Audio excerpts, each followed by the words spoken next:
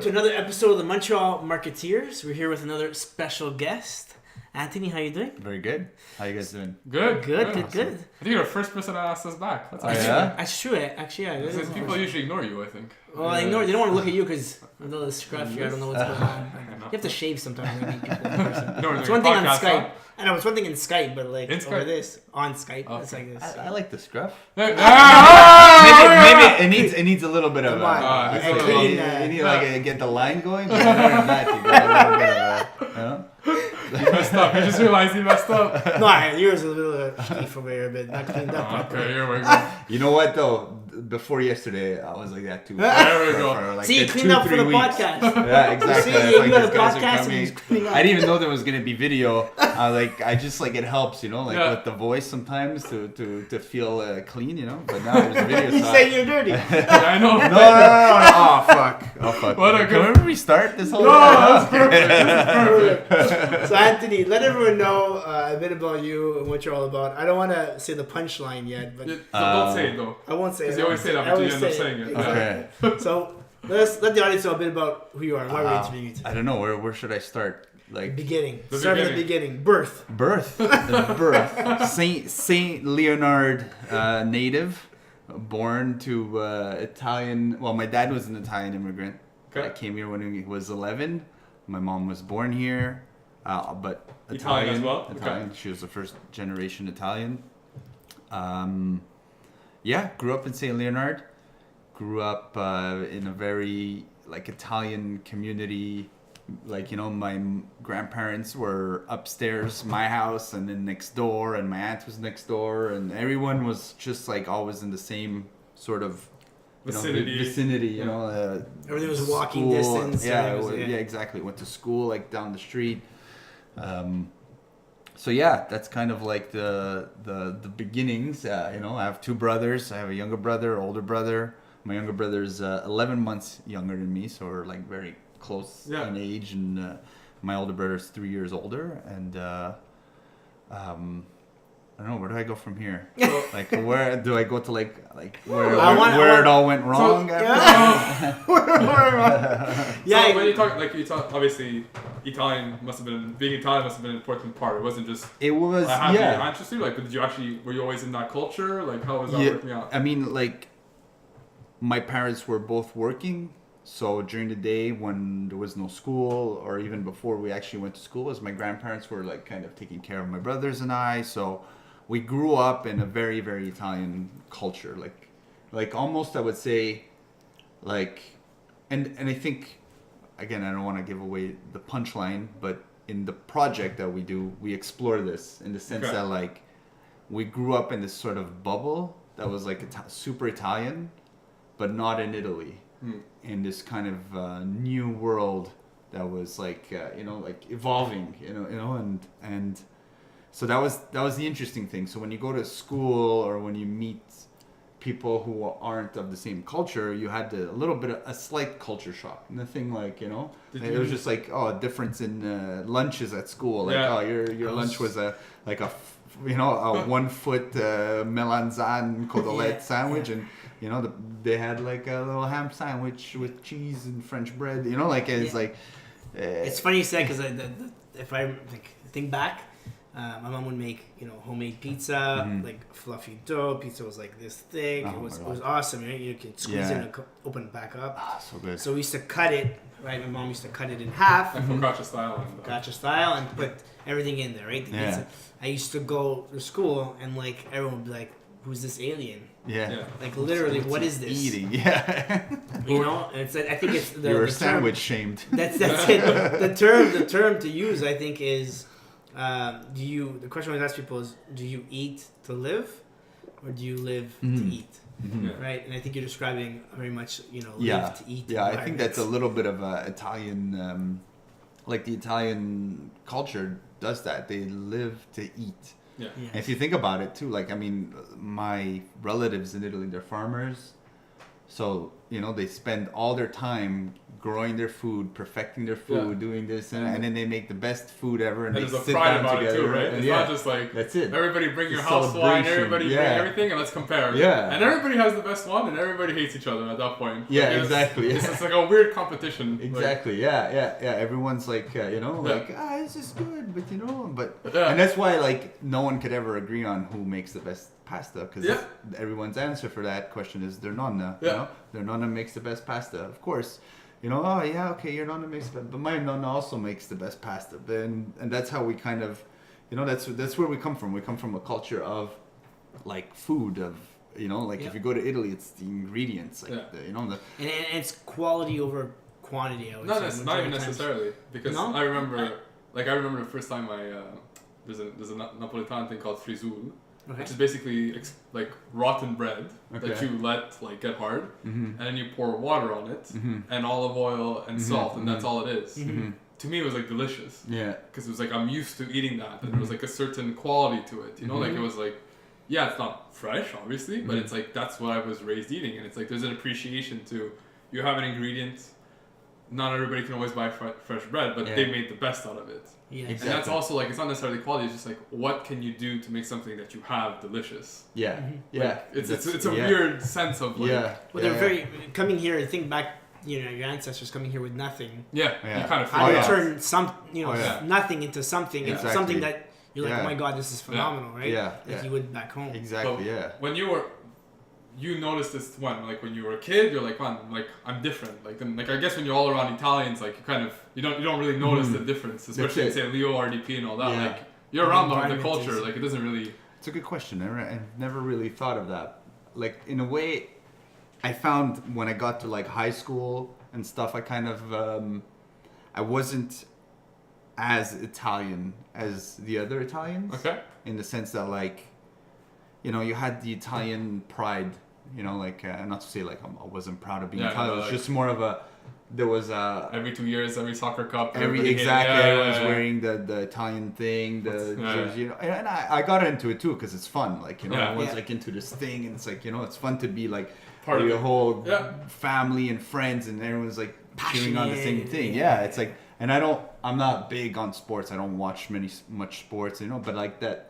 You get engrossed in that energy, and it's enjoyable, some people take it a little bit too serious, in my opinion. But other than that, it's fun. But in high school, going on later, I was just like, I don't feel like I'm kind of the same in the sense that and I don't think this is essentially having to do with being Italian or not. It was just more of a I'm not right off the bat ready to say like, oh, I'm like Italian and this and that, and have that kind of pride, which was very, I felt predominant in probably my generation. I don't know how it is like later on, and I think that kind of contributed to me observing a bit more than I was participating, because when you're participating, you're in it. You don't know that you're in it. Whereas I was like, oh, there's something going on here. Like there's a difference in the way we think in comparison to like the pocket of life that we're living in, And I guess maybe when things start to dissipate a little bit and people start to move to Laval and all this stuff, you start to see a little bit like, there was a fabric, there was something there holding like this thing together, and it was like. It was you're in it, you're in it. You go outside and you say hi to the neighbor, ciao, come stai? He's Italian, everyone's Italian. And then after your neighbor moved away, and it's like it's another family from non-Italian culture, and you're like, okay, you say hi, you're still courteous, but it's like a different kind of energy. It's like a not everyone on the street is making tomatoes at the same time. Yeah, and then and then slowly and it may sound a little bit like sad, but the kids stop kind of playing outside, and you have this less of a it's adopting a different culture too. It's kind of mixing everything up and creating its own little micro culture. It's like the micro is leaving, but the meshing is happening. It's not I don't know anybody I would say, I don't want to go to an Italian restaurant, in Montreal especially. Everybody wants to go to an Italian restaurant. Right. But as Italians together, it's that that feeling is different, right? There's one thing to go to like in St. Leo, like to Milano's, and then all the Italians are there going crazy, like when there's a game or whatever. But it's like even in a general environment, it doesn't seem to be there. Mm-hmm. But for me, what's funny with you is you say you kind of never felt fully Italian, but or fully part of the culture, but you created something. Yeah. That from an Italian, Montreal Italian perspective, like you must be the biggest wall on the planet if you're came up with that. It's super Italian. It's super. It made no sense. Even to me, it didn't make sense at first, and like I honestly didn't like know this was going to be the thing that was going to like explode in the way that it did. You know. So do you mind going into it? Not at all. I don't know. Let's do it. When did you create the Nonna Maria persona and the idea? Was this? Well, can you explain for anybody that's not listening, that doesn't know what it is? Because that's not obviously anybody Italian in Montreal will know exactly what it is. But do you mind explaining what is Nonna Maria and how you got to it? So essentially, Nonna Maria, it's tough to explain how I got to it, because it wasn't like this big premeditated sort of like idea that like I had at home, and I had like like a poster board up and a whiteboard and all these writing names and designing name. It was like, I guess it was the fact that like there's all these different like factors to it, and mainly like different influences, different meeting different people at different times. And what was interesting was like in high school I would draw a lot. I love drawing, and in early like secondary 1 or 2 South Park came out. Yeah. So I started to draw like a kind of comic book based on South Park, but with my friends in high school. And then like in my secondary 3, I got this program called Macromedia Flash, which was animation software on the computer. And it was like there's no more Flash on the internet anymore. That's how old it was. But at a point, Flash was like the predominant. The games were made on Flash. And this was like. So I started to take my drawings and, make animations out of them, and like kind of see what, because like now it's like, okay, cool, like, because I've always wanted to write and direct film. I love film. I love like so I've always wanted to do kind of this like Spielberg type scope films. I love those types of films that are like kind of. They're like Jurassic Park. There's a grandeur to them. Full-bodied kind of. But there's a theme, and the theme is about like this. Like the guy Alan Grant has to accept like he doesn't like children, and it's essentially like you see these big dinosaurs in it, but the real story is about this man who's like doesn't want to have a kid, and then by the end of the film he accepts the kids as his kids. And, that kind of shows like an evolution. So, so now like. As like a fucking 13, can I swear? Yeah. As a 13-year-old, like, I was like, oh fuck, now I could take my ideas and animate them. You could do like a fucking explosion and not have to pay anybody anything. You could just draw it, and so I ended up doing this series called School Days, DAZE, because I was like, super clever at the time. And I put it on Newgrounds. Yeah, I was about to ask you if you were on Newgrounds. I figured that's exactly where you put it. Yeah. And this was, before YouTube even existed. Yeah, that was the place. Like, exactly. Yeah. And I put this thing on Newgrounds, and it got to like 25,000 views. Nice. It exploded. And then I did a second episode and a third one, and people like really loved this like series of School Days, And I was like, oh cool, there's something here, and at the time too, Napster came out, and you guys know Napster. Okay, absolutely. I'm still trying to gauge. How old are you, gentlemen? I'm 27. 27. Okay. He's like 40. Oh, you're how much? 33. Oh yeah. Yeah. Holy shit. He looks like a little baby. I put the right cream on at night, and I look. Because you both look a lot younger than your actual ages. Yes, so, yes. So I thought like I was trying to gauge like, okay, how but we're in the same world. We're in the same world. Okay. Yeah, exactly. So I don't have to be like, because now I find myself sometimes that I talk to like a 22-year-old. It's like, hey, did you remember Napster? Like what? What are you talking about? They grew up with Spotify, and Spotify to me is still new. It's like So Napster came out. Paying for music is still new to our exactly. Let's put it that way. Just downloading that shit, burning it on a CD. God, look at this CD, guys! I got a fucking selling it. Yeah. guys, you know, because you were the only guy who had a burner because you spent $500 on a fucking CD burner, and now like they're obsolete, you know. So Napster came out, and Joe Avati, you guys know Joe Avati? Yes. So he like I think he put his album on there, or someone put his album on there, or something happened, and because of Napster, they like it went viral. Like his whole thing went viral before even the term viral existed. Yeah, so people were downloading his stuff and everything, and I remember like listening to it and being like, "Fuck, this is awesome." It's like, you know, like the guy is like speaking. He's from Australia, but he's speaking to me and my culture and what I grew up with. Pretty accurate, and it's pretty accurate. The you know, from the jokes about his grandfather's small peppers that he. I love the neighbor we did it in the you know, and it was amazing. And then what ended up happening was. Sorry, I'm trying to like piece together the timeline.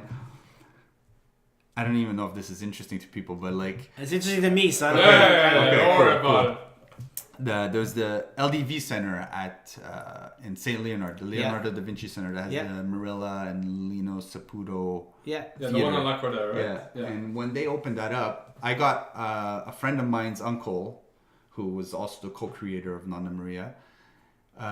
They hired us to go work at this like LDV Leonardo da Vinci thing, you know, and we were ushers at the theater. So we had like these red jackets. We're 17. We're like young as fuck. We're 17, and the first show that they did there was this Joe Avati show, and he did like 13 shows straight. Wow. All of them sold out, one after the other, sold out. So that, and we watched the show every single time, and it was Frank Spadone and Joe Avati. Frank Spadone opened up for Joe Avati, and yeah, so it was me, it was my buddy Erminio, who was one of the co-creators of Nonna Maria, and we were there, and we got to know Joe Avati a bit, and I remember once Dave, who's the grandson of Nonna Maria, were walking downtown, and we're walking in Little Italy, and he was eating on a terrace, and he saw us and he recognized us from a show, and he's like, "Hey guys, come!" And he made us sit down with him and eat with his like producer and his uncle, and it was like, you know, he had like this like persona. He was just very, very, very giving, and it was like, you know, like here he is. He comes from Australia. He's selling out this like this crazy show, like to do like it was, I think it was a 500 person theater, and to do 13 shows. And you're international in the beginning of the time of you know the web and so forth, and visibility. Exactly, before YouTube and all this stuff, you know, and you know, and he's inviting these two like 17-year-old kids who took a bus to Little Italy just to walk around because they didn't know what the fuck to do with their time, and you know, so we sat down with him, we ate, and you know, we're like just like, okay, you know, like this is pretty cool. And I think too at the time, like if I have the documentary on DVD. I can lend it to you guys. It's very interesting because he was so popular that his CD ended up on the Billboard charts, like, you know, like next to like Seinfeld and stuff, on the comedy stuff. Like that's how big he became within the Italian community. You know, that's like, so it's like, you know, the mainstream people didn't know about him. But there was like this whole other world. Yeah, there's a whole subculture that was exactly, you know, and it's you know, that explains too. What's his name? Russell Peters, right? Yeah. Like Russell Peters, he's you know, he sells out like crazy stadiums and stuff, you know, because he gets that like,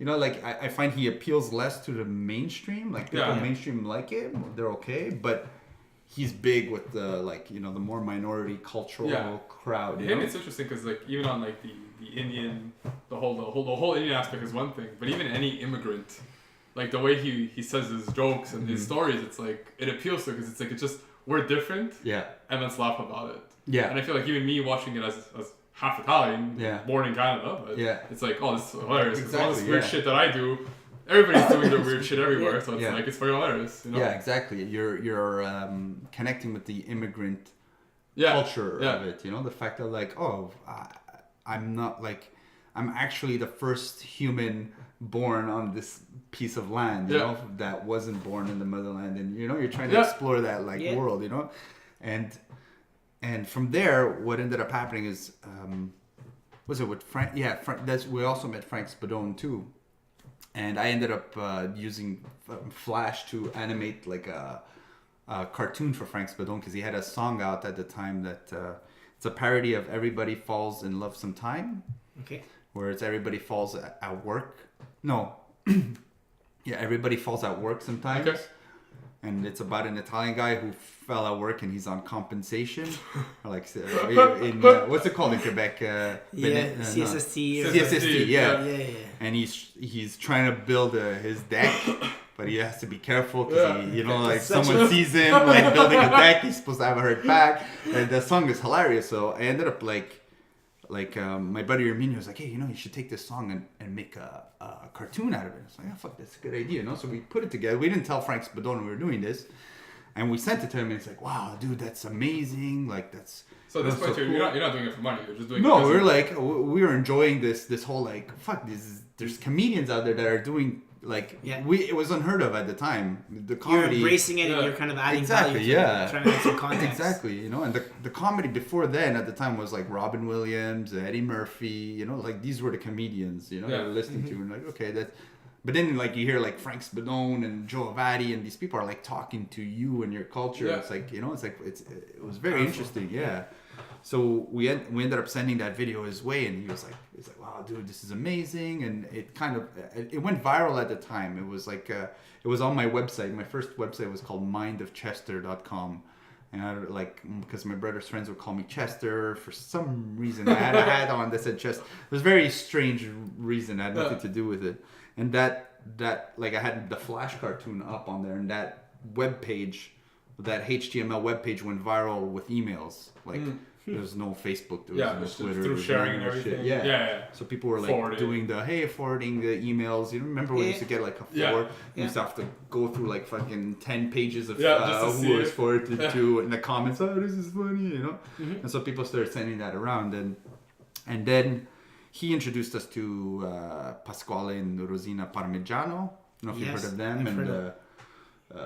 They have their own skit too, and I ended up animating the OnStar one. I don't know if you saw the OnStar one. No, I'm not aware. Yes. No. You never seen it? No. Okay. You've seen it there where they hit the deer, and so I ended up doing that one for them. And I was like going to, was I like in college at the time or something, like, so I was, and I ended up doing like 7 of it for them for like a stupid price. Like, I was doing it because I was like, okay, cool, I'm getting hired to do animation. But animation was so fucking time consuming. Yeah. Like, you're drawing every frame. You're like, so it's like really like intense. Like, it takes like, a month to do like a 3-minute thing. It's like, imagine imagine we do this podcast and it'll take you like a month just to like, put it together. It's like, didn't make sense. And at the time too, like, and again, not to slight Pasquale and Rosina, even though there has been some differences with them in regards to things that happen. I was like, got to a point, I was like, fuck, why am I even doing this, for these people who are like, whatever, anyways. Yeah. And the Tete Clack came out. Yeah. And that went crazy. Yeah. And everyone was watching Tete Clack, And I was like, fuck, this is so interesting. And it's hilarious. It's funny.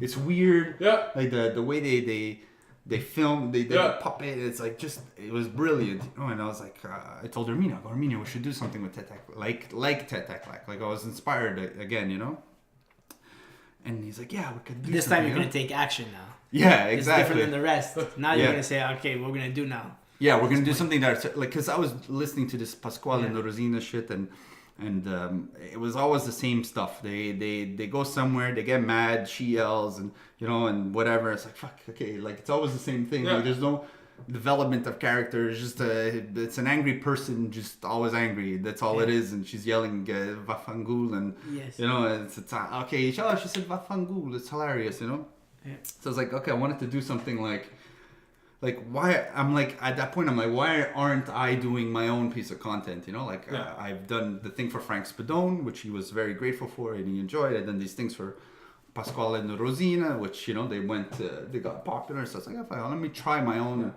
brand. Even though it's not you didn't create let's say the basics of the content. You still put your own spin on your animation, the style you use. Yeah. You could have done a bad job and it wouldn't have gone viral. Like, your influence on how you saw the words or whatever and how you used it in your animation.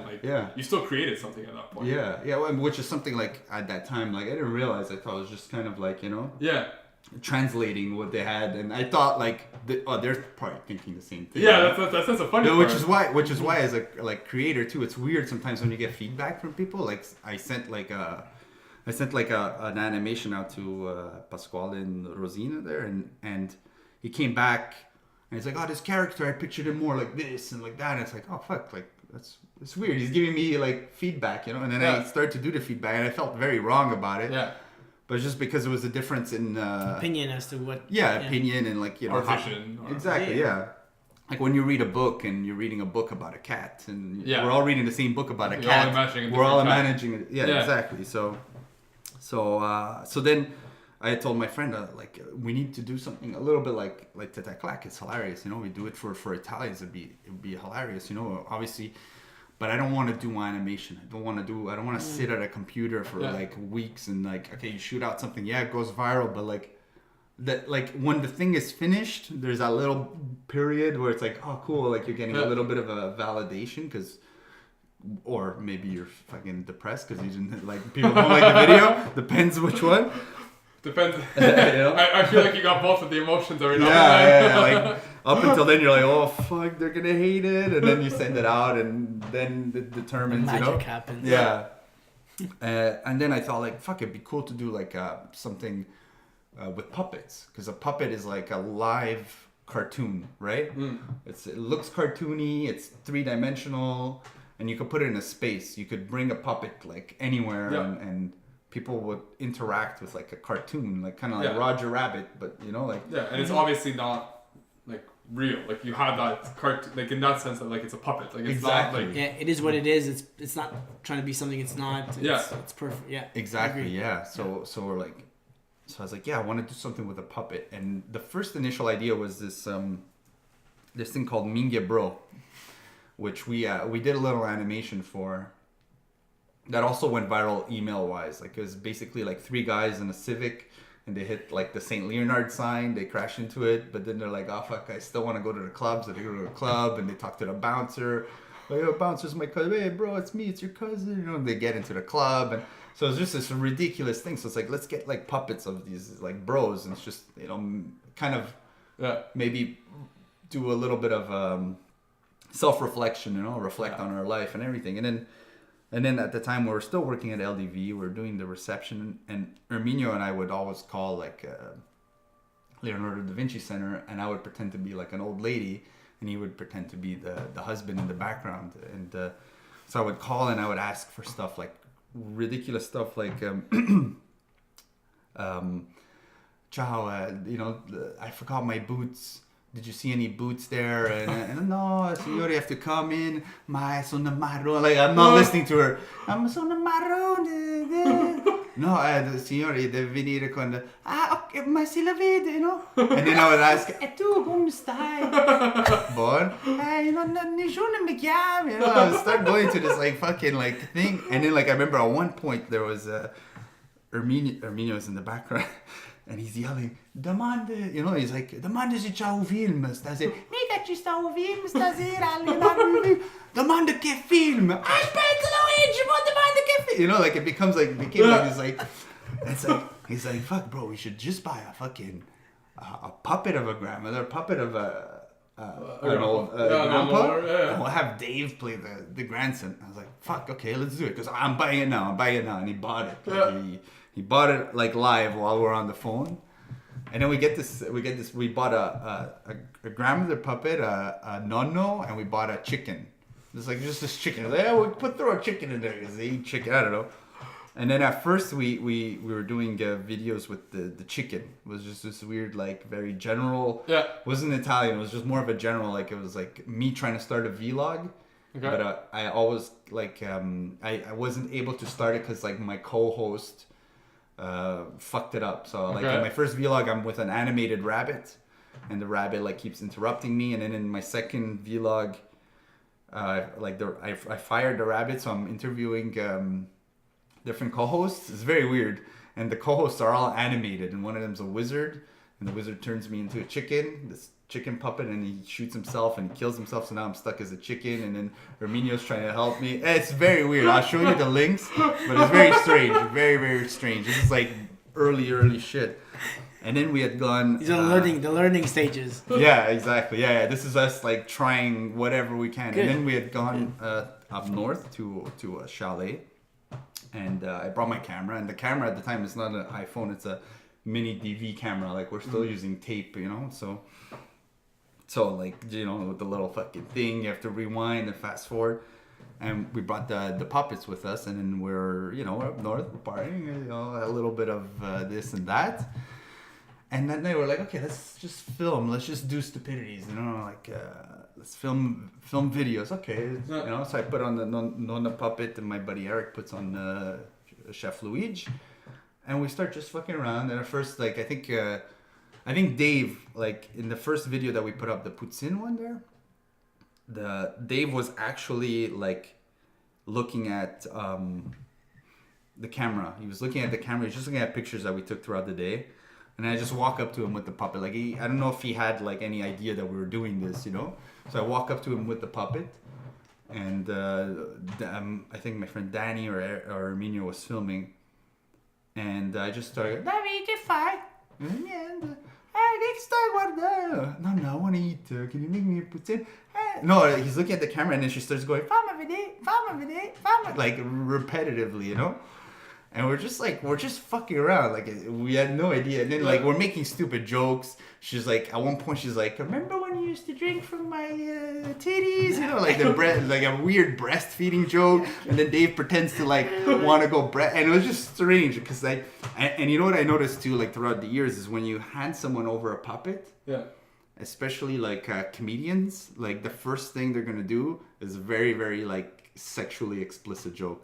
Like I was just saying, it's, you know, I remember giving Joe Avati Nonna Maria, and he starts doing something like weird, and then it's like he saw my face and he felt bad because he's like, you know, I had something. I go, Joe, that's Nonna that you're doing that to, you know. And he's like, oh shit, like he felt bad, like you know, like as if he had violated like an old lady, you know. Yeah. But that's how we are. Like as soon as we want to like do something funny, like we usually go very like sexually explicit, you know.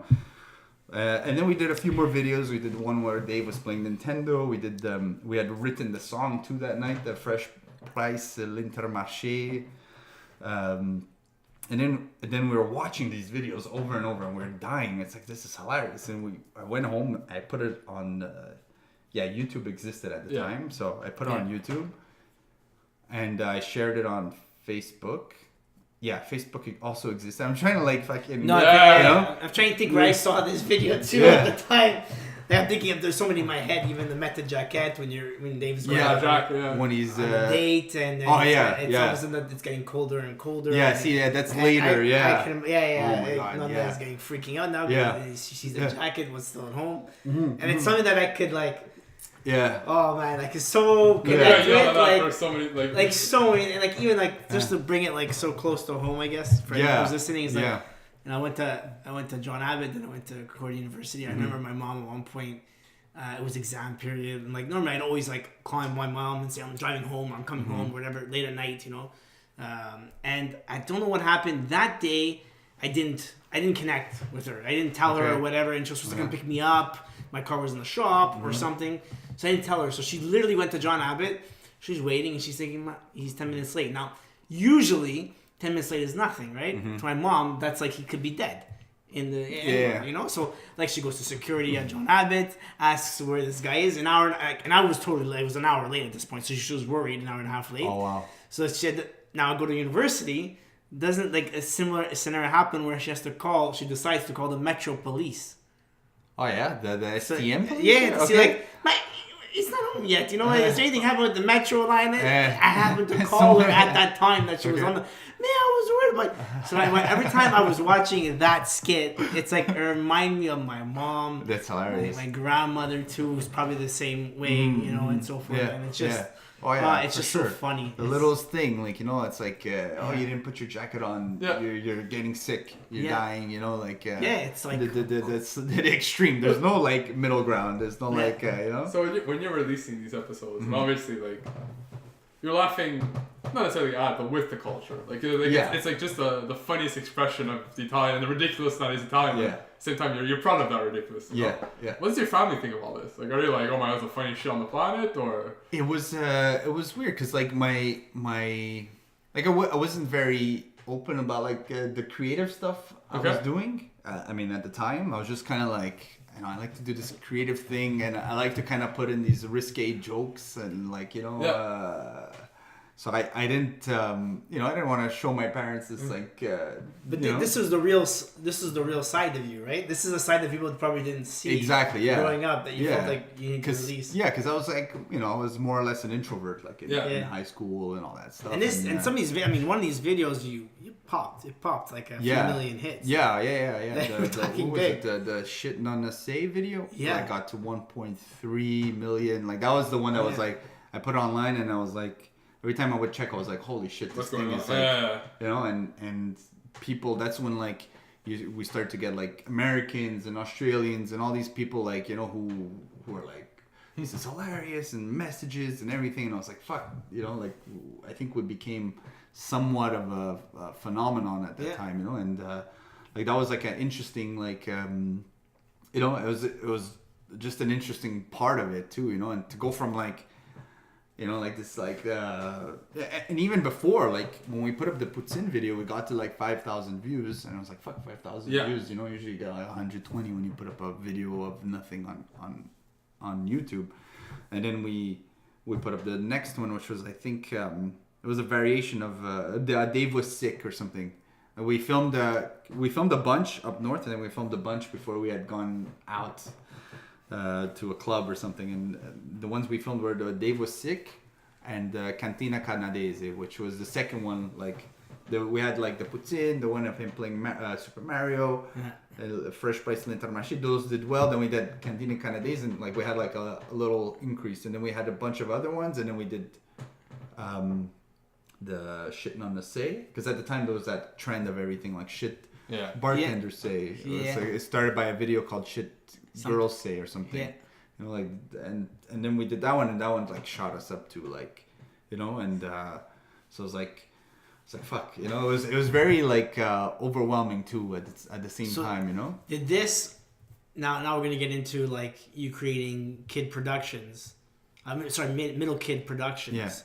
What made you think now I'm gonna like put some context and maybe create more videos and maybe create a production company that will not only bring Nonna Maria, but maybe other projects down the line? Yeah, I mean, it started with the Zimp.com. Okay. I don't know, the Zimp, because my name on Facebook was Ants with a Z and Imp. And I thought Zimp was pretty funny. And then afterwards, I was like, you know, every couple of years, I like to rebrand. I don't know, like what, even with Nonna Maria, she's been through like so many like different rebrands. It's like, you know, like now we're like, I think the last iteration is like more of an 8-bit kind of Nintendo rebrand feel. Like her business cards were like this. It was like an old Nintendo 8-bit game box. I'll show it to you. Like, so for me, like I was like, the Zimp didn't really mean anything to me. It meant like, it was just this name I made up. I wanted to do something that meant something to me in terms of the branding. And for me, and then I thought like, okay, we'll be good. And then I don't know how I stumbled upon it, but like for me, like growing up, the fact that I was a middle child had played a big part, I felt, in like who I was, you know, like my brothers, like, you know, my younger brother, he works at Air Canada. He's a flight attendant. My older brother is a marketing director for Industria restaurants in Houston and all that. And so they both have these like, you know, normal kind of lives. And I was always kind of like, I never held a normal job. I never like worked, like I always worked at a cafe or I worked at a bakery. I went to school for visual effects, and then I got hired to work on some visual effects films. And it was interesting because it was like 9 to 5, but I was also working on like Hollywood films, which is a world that I wanted to be part of. But then there was also a part of me that didn't like it at all. I was like, oh, what am I doing? I feel like I'm wasting my time, but I've always wanted to do film, and now I'm doing film, like one of the... Why didn't you like it though? Because you felt constrained? Or like, it was that. I think it was that. Like, my first project was 300 with... Zack Snyder's 300. Yeah. And I was like, fuck, I was ecstatic. And the movie did very well. I think it's, in my opinion, Zack Snyder's probably his best movie. Because then afterwards he went to do like Superman and all that. I know, what did he do? He just sucker punch right after, and it was like bullshit. Anyways, and then from after that, I went to work at a company that did educational games for kids, 3D and everything, and it was nice. It was cool, but it felt like there was this constraint where it was like one day I was like, hey, I'm going to Toronto with my friends this weekend, so on Friday I'll leave half an hour. I'll leave, and this is me just like having no idea or sense of this like office culture. Yeah, I'm like, my friends and I are going to Toronto on Friday, so I'm gonna leave like a half day early. And then I would say it's normal. It's normal. Yeah, and then I'll make up for it. Like next Saturday I'll come in for half a day, and then they're like, oh, okay, and then like after a while they put me aside. They're like, you can't really do that. You have to like put in your like tell us. And I was like, oh yeah. I was like, fuck, and I felt like this weird like my freedom. It's like like now it's like I did something wrong for these guys, and it's like but I'm also like producing work for them, and it's like it was this weird thing, and it's like fuck, I don't like that. And then very shortly after I had quit because I was like, I don't want to be like constrained to that, and trying to think of like so after I had quit, when did Nonna Maria happen? I think it was around, I had gone to work with my brother who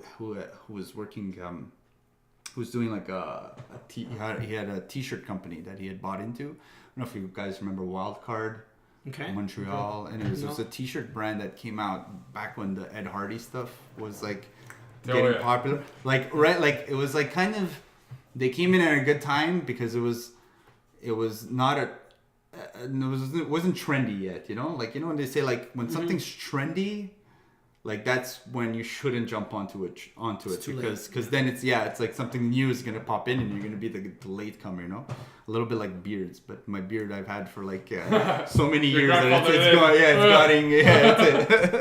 it's going in and out of fucking style. I don't even know which point it's at. But yeah, so they came in at a time when like the Ed Hardy stuff was just like kind of starting up, and the guy who had started, Paul, he was sending these shirts out to like UFC guys and the Backstreet Boys and all these guys, and they were wearing it. They're like, so you see like a guy like the Backstreet Boy, one of the, I forget I don't know their names, but one of the main ones. Yeah. Well, they're all the main one, right? Nick or whatever. Yeah. Nick is Nick is the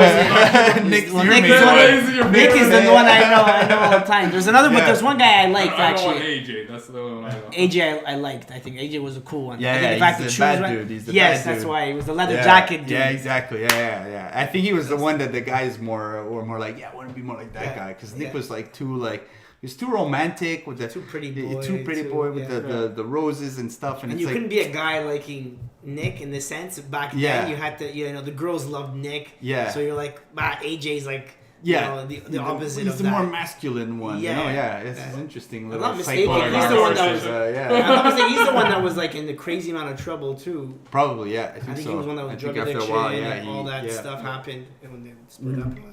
My God, going back to, I remember, this is really off topic now, but just like being in high school, elementary school. I want to say elementary school now, like in terms of Backstreet like grade 5, grade 6 when they when they came out, and like you kind of like trying to find out which girls were the girls that liked like the NSYNC, Backstreet Boys, and then there was the girls that liked the other like punk type of You know, like Blink 182. Okay, yes, It was like there was like a battle. Yeah. Vince is always the player. Vince is always the one. No, I remember back then, like trying to figure that out. The strategy is like, I know. okay, she likes Blink 182. Okay, I gotta dress like this. I gotta wear this. Oh, she's into sync. Okay, I should probably get meshes in there. AJ, I have to start taking drugs. That's it. Okay, so back to Nonna Maria now. So how did we get? Oh yeah, so I was working for Wild Card. Yeah, and then we're talking now the Middle Kid Productions. Yeah, so a little bit there, I started to develop. I was trying to develop different, like, sort of production company, and that's when I started to do all these different vlogs and stuff. Like I wanted to. YouTube was a thing. I was always doing stupid videos, and and then from there, that's when, like, Arminio and I were like, okay, let's just buy puppets, and So, what was I saying before that? And you mentioned also like your video. So what do you do after like a video pops, gets 1.2 million? Yeah. Your next video, like, you just cry. You cry because you're like, oh my god, the next video is not going to be as good. There's no way, like, because you don't know, right? You don't know. It's a sequel to. But as a creator, like, what keeps you going? Well, Nonna's been a little bit on a hiatus there for a while, just because, like, what happened was, like, I'm at a point where I want to evolve, like, the character, like, and you had mentioned a video of them where she's chasing after Dave because of his, he's missing his jacket, and to me that was like that was an evolution point. Like, it wasn't anymore like a thing that we're filming with a camcorder that was on tape, where the sound being used was from the camcorder. Like, for that video, we had a crazy ass, like, sound guy who has a really, really, just to give a shout out, his name is Anthony Piazza, and he's in this awesome band called Atsuko Chiba. And this guy is like super, super, super talented. And then we had Anthony Sifoni, who was filming these videos with us, and and then there was the guys. The production value was like totally different, ridiculous, and the way we would make the videos different too, because I would write an outline, then I would script it. Then I would do a storyboard, and then we would get the locations, and it was like a film production. So it's not like our setup of like, okay, you want the podcast? Yeah, perfect. Yeah. Okay, what do we ask him this? Yeah. Perfect, let's go do it. That's it. There was a lot more structure for there was so much structure, and I learned so much in that time, and I also burnt out at that time too. So after that video was done, I was like completely on edge. I was anxious. I was like, but for you, is Nonna Maria necessarily important for your future goals, or you're really focused on like, how can I get better at my craft? Like, how can I be more like what actually matters to you? Like, what motivates you? For me, it's essentially that. It's the craft. It's the craft of storytelling. And I realized that when I got into visual effects, was that, like, I was working on a film called Cirilla. Okay. And it was Quebec's first ever CG 3D stereoscopic film, if that makes any sense. It's the first. It was not gonna lie, I have no idea what this is. Bits of pretending. No, I'm trying to. I mean, I heard of that. Yeah. 3D? Yeah, I've heard 3D. You know, I heard 3D. Yeah. 3D CG stereoscopic film. So essentially, Quebec funded a movie that was fully in 3D, like Toy Story. So a fully CG film, a cartoon, if you'd say. That was also stereoscopic, meaning with 3D glasses. Okay. So this is from Quebec, and it was called Cirilla, it was a movie based on Inuit culture and the Arctic and all this. Yeah. And the Arctic is the one in the north, right? Yeah. Sorry, I'm like fucking. I feel bad if I feel like I offended some Inuits right now or something. I don't know, is that a bad thing? And so I was working on this movie, and it was bad. It was a bad movie. Like, the script, I didn't connect at all to the characters, and and it was just like, it was just weird. It was very well done. It was very nice. Like the like team, artistically. Yeah, the team that was working on it. The idea behind it. Yeah, the animators, the modelers, the way it looked, everything was really, really nice. Given to the budget, it was an $8 million budget, which sounds like a lot, but it's not a lot whatsoever. Like, I think, like, if you're looking at a Pixar movie, you're like $120 to $200 million to make a Pixar movie. So this is like a small company in Quebec doing this like 8 million, you know. So, and we're all like people were staying there like late, and I remember some days like going home and being like, you know, like I worked on one shot all day. So just to give you an idea of animation, like how animation is measured in the like let's say you're watching a TV show that's fully 3D animated. So for television, an animator is expected to produce 15 to 20 seconds of animation per week. So he's going to work like a 40-hour week to make 15 to 20 seconds of animation. And that's... So how does South Park pull this off in a week? Oh, South Park is like a whole other monster. South Park, the advantage that it has is that it's made to look 2D, but it's all done in a 3D software called Maya. Okay. So they don't have to go crazy with the... They're not taking a picture every time. They just animate the. It's like a little bit of utilizing a marionette, you know. Okay. That's the difference. That's 3D animation. That's what changed from traditional animation. Traditional, you're drawing each one, whereas 3D animation, you model a character, you put a skeleton inside the character, and then the animator moves the skeleton around. Yeah, you put laws, I guess, for movement and exactly. follow a certain set. It follows keyframes. So let's say like you have a character and he's like, I don't know, he's standing like this, and then you go 5 frames into the future, you put another keyframe where he's like this, and then you scrub like as if you're on a YouTube video, you scrub back and forth, he's gonna go like this. You know, and then you're just filling that in. You're filling in all the different in betweens. You know, and like so to go back to how much time an animator is expected to produce. So like for television, since it's a little bit more of a less quality animation, not less quality. It's got to be out faster because it's television, and you're expected to produce a certain amount. Usually animators are expected to produce 15 to 20 seconds of animation per week. At Pixar, it's like 2 to 3 seconds of animation per week. So an animator's working on like say 3 seconds of animation. He's refining it so much that like you know it's crazy. And you could refine an animation to like there's never enough. There's never enough. Yeah, you can never finish it. At a certain point, you have to say, okay, this is done. You know, like George Lucas's famous saying there: a movie is never complete; it's just abandoned.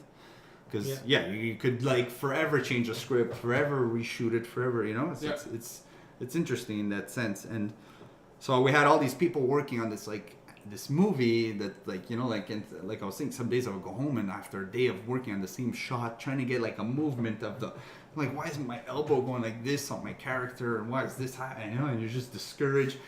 And then like the movie's not good, you know. Yeah. And then the movie comes out, and I don't know how it did, but for me the turning point is like, you know, when it's I guess this is a blockbuster sort of culture thing, or when you go to a video store and there's always like there's Transformers and then there's Transmorphers. Like there's a company that makes like a movie that has sort of a similar title, like the big Hollywood movie, but it's not the same movie, and they try and trick people into. So this movie Cirilla ended up being bought by like this company that then released it on like Netflix and all that shit as Frozen Land. And the way they wrote Frozen as if it was as if Disney's Frozen, and they ended up actually getting sued, you know. And I was like, fuck, I worked on this movie that's being like fucking like you know, like they're trying to trick people to watch it by you know. Yeah. The pride wasn't there for sure. You know, all these things that you're working on, Nonna Maria, it's all pride driven. Yeah. And then you have this project. Yeah, you have this. It was like you felt from the core. It was just an inauthentic, like I don't know what it was, and you know, like I don't want to like you know, it comes down to the storytelling, right? Like how are we gonna tell a story that, you know, and again, like your podcast too, right? It's storytelling. Like, hey, how did you get here? You know, let's to connect to you know, to something, and we connect to things with stories, and that's what it was for me. It's like the story being told was very was like kind of not missing. It was just wasn't like authentic. It wasn't authentic. Yeah, it was like hey, let's like I understand maybe they were trying to they're trying to shine light on a culture too that doesn't get much light on, which is, you know, like the whole Inuit culture.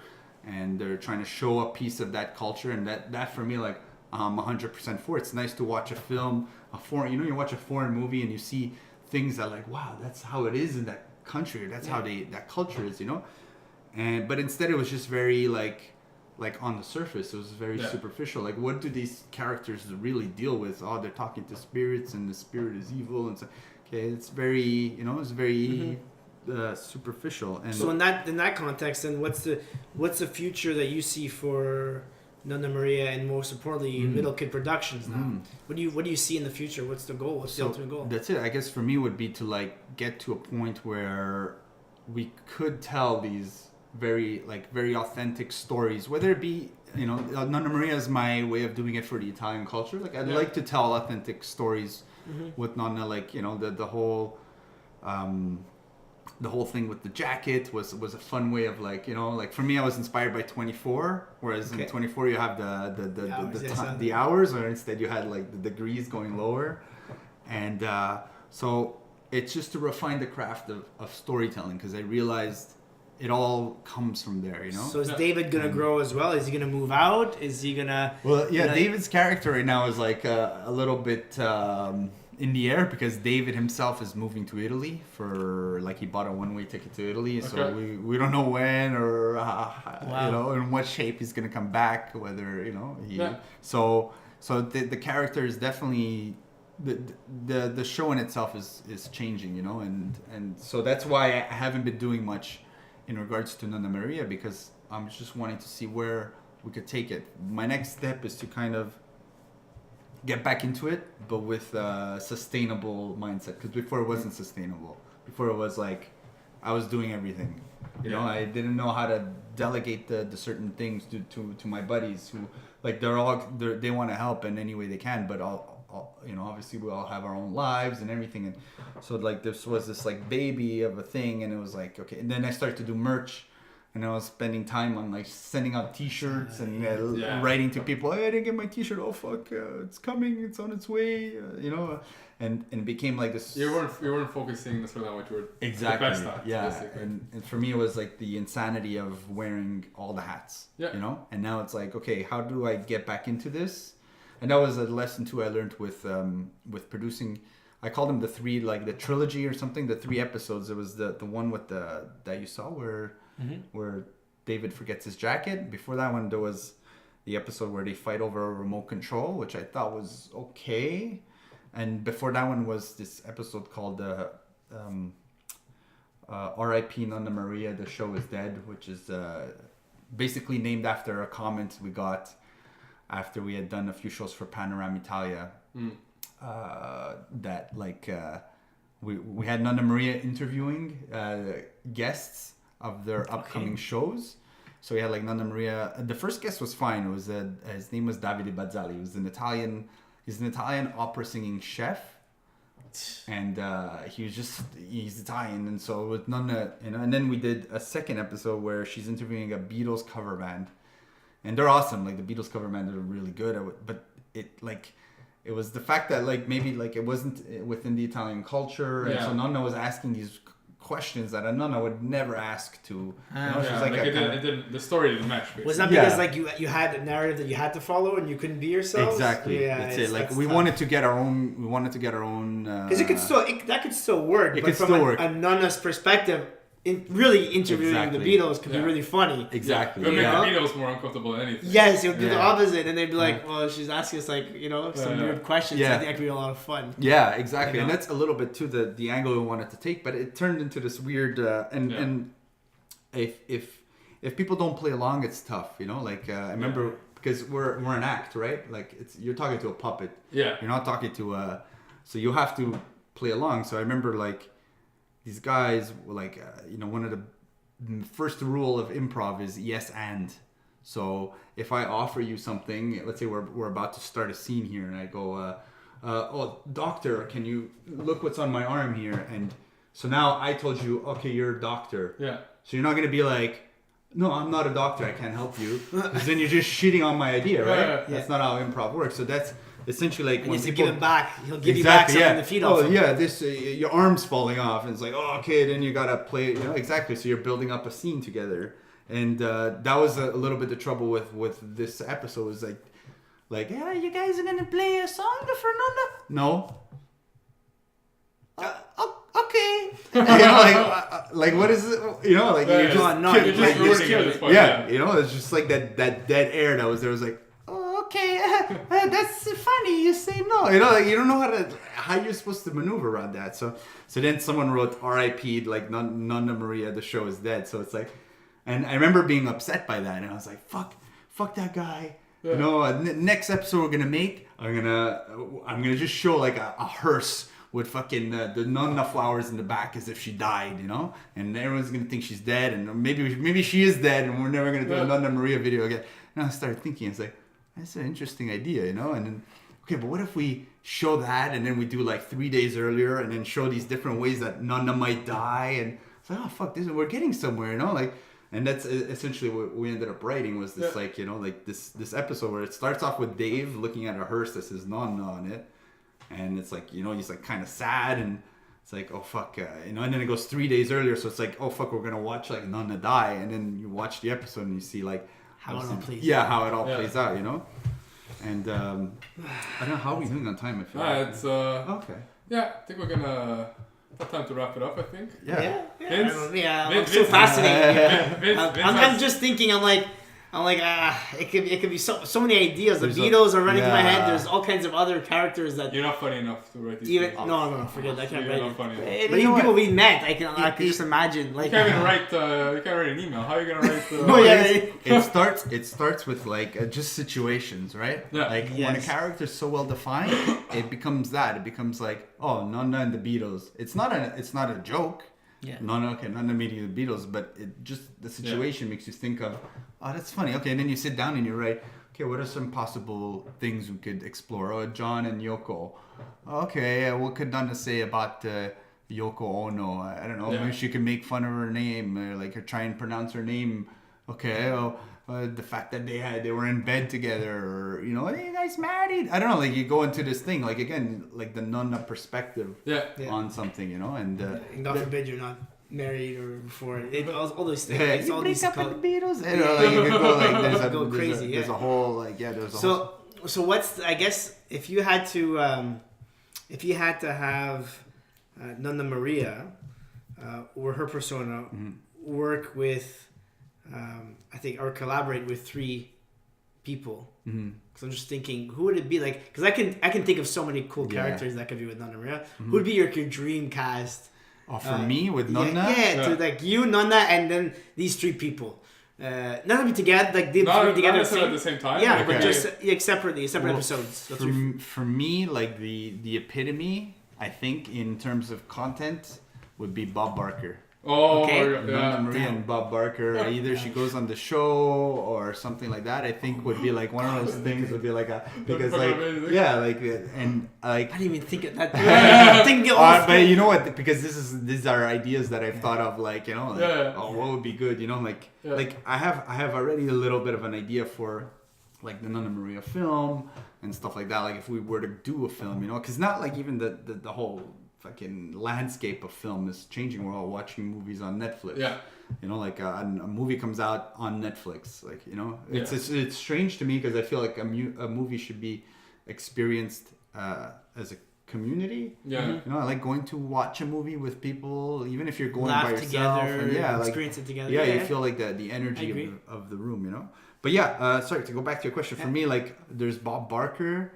I can't think of anyone else just because like I would love. That's the one. Sacrifice everyone else.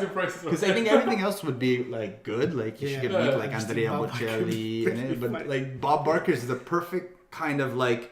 I think it fits even as growing up Italian, when you're at Nonna's house for lunch and just prices right on. I even like to see like a Justin Bieber type of, even like a pop culture phenomenon. That would be so much fun. Like the question isn't asked to yourself. I know, but I'm adding. I'm getting excited. Well, who would you see? Oh man. Justin Bieber over here. Yeah, Justin Bieber would be funny. I think, and I'm gonna butcher his name. I can't remember now, but the comedian.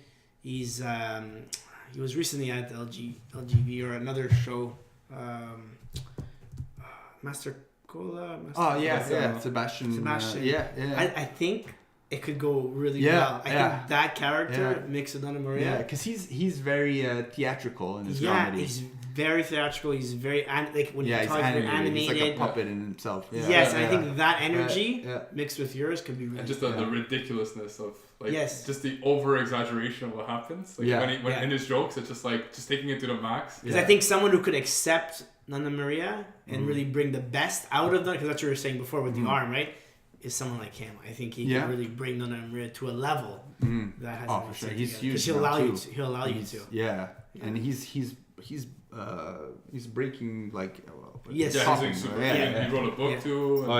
He's doing good. I don't know if it was a April Fool's thing or if it's actually true. But if you go on like Andrew Dice Clay's Instagram, he's like talking shit about Sebastian. Oh yeah, I never looked. It could be April. You're fucking stealing my gig. Maybe it is a bit of April Fool. I would be surprised. Because I think I had read it around. I know he got shit on when he made a joke about he was making comments about Zia Michelina. Okay. And not necessarily about her, but say all these people that are making fun of their grandmothers and what's wrong with them, and all the Zia Michelina fan club on Instagram started shitting on him. Oh yeah. And he had to make an apology video, and I found it very interesting that this comedian is making all this money, selling out shows like crazy, is getting in trouble because of Facebook. An Instagram persona. Oh wow! And I was like, she's popular, but holy shit, to go that far, yeah. So if someone wants to work with you with Middle Kid Productions, they want to work on a project, how do they reach you? Well, I guess it's a good start would be to define a little bit like what we want to do with Middle Kid Productions, because I think a lot of people see that we do video and they're like, hey, come film a video for us, and they want us to film like a corporate video of their fucking container. Shipment company or whatever, and it's like what essentially we want to do is understand at base what their brand is about, and the story we could tell with their brand. What's a story we could tell with your brand that's going to get people to connect and and see your value, and that's it. And how can we do this? Maybe utilizing one of our avenues. Which is Nonna Maria is one of them. With Nonna, we had done the Dairy Queen commercial. Dairy Queen Canada reached out to us and it's hey, we want to do something with you. And for me, it was okay, Nonna would never eat Dairy Queen. She would never eat that Dairy Queen sandwich. That was the first thought. I was I don't know if I could do this because Nonna would not eat a Dairy Queen sandwich, especially something that's. But what if she does and she she realizes Dairy Queen and she's no, I don't want she reacts to the fact that she's shouldn't like it, but then she does, so that was an interesting way of doing it. And it's that's what I kind of like, was this kind of self-reflective, I like working with brands that are self-reflective. They're not trying to show that they're the shit. They're just okay, let's say you're a real estate agent or something, okay, what are some things you want to show about real estate agents? It's it's something the pasta commercials too. A lot of them, the pasta sauce commercials, always say we're the number 2. That's brilliant. Nonna Zero, number 1. Right? It's that pasta commercial they used to play where the little kid is looking in the pasta and there's emotion that she sees through pasta. Okay. I'm what kind of fucking drugs is this child? What's who designed this commercial? Yeah. Oh shit! I was me too. You guys are crazy. Yeah. No. I like we're not the best pasta sauce. Yeah, the number 2. We're number 2 tier Nonna. That is cool. I thought that was really neat. So stuff like that. That's brilliant, advertising. Okay, so if someone if someone wants to work with you on a storytelling project, where do they reach out to you? What's your? I have middlekid.com, which I kind of started as a personal blog. I'm looking to build a Middle Kid Productions because right now I'm working on actual projects. I'm writing. We're going to be producing a kids show. Throughout the summer there, something I'm going to post about more as we go along. And, I've been working more on the writing side of these projects. And I guess middlekid.com would be a good way to reach out. There's my email. And, for me, if it's something too, just creative consulting, just to sit down with someone and be okay, this is what your brand's about.